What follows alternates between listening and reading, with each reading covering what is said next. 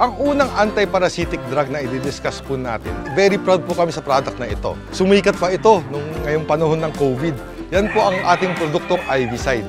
Dahil ito po ay may sangkap na ivermectin. At dalawang action po ang ginagawa nito. Unang-una, ito po ay tinatawag natin na anti-ectoparasite. Yan po yung mga hanip, puto, red mites na nakikita sa alaga natin. Meron siyang isa pang action, itatawag natin na anti-worms, anti-endoparasite. Yan po yung sa mga bulate, mga roundworms ng alaga natin.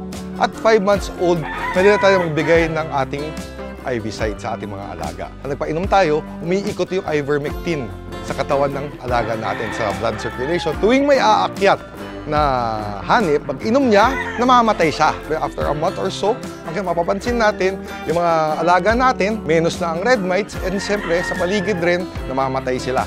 Mapapansin rin natin ngayon, pag nabawasan na yung mga red mites sa ating kapaligiran, yung mga manok natin hindi na masyadong stressed out. Kasi siyempre, pag gumawa nga tayo ng manok natin na grabe ang hanip tsaka puto, di ba? Nangangati tayo. Isipin natin sa mga manok natin. So, stress, kamot sila ng kamot. Ngayon yung iniinom na dugo, nagiging anemic yung alaga natin. So, very, very important na makontrol natin ang tinatawag natin na red mite infestation. Ang ating Ivicide, o yung may sangkap na ivermectin, meron din po tinatawag na second effect. Ito po ay nakakatanggal rin o nakakapatay rin ng mga tinatawag natin ng mga roundworms. Pag magha-harvest na tayo ng mga alaga natin, mga stags, o kahit mga pulits na galing sa range, pinapaliguan natin sila, pinupurgan natin, tunuturukan natin. Mas maganda, magsubo na rin tayo ng ating Ivicide para yung internal at external parasites patay sa Ivicide.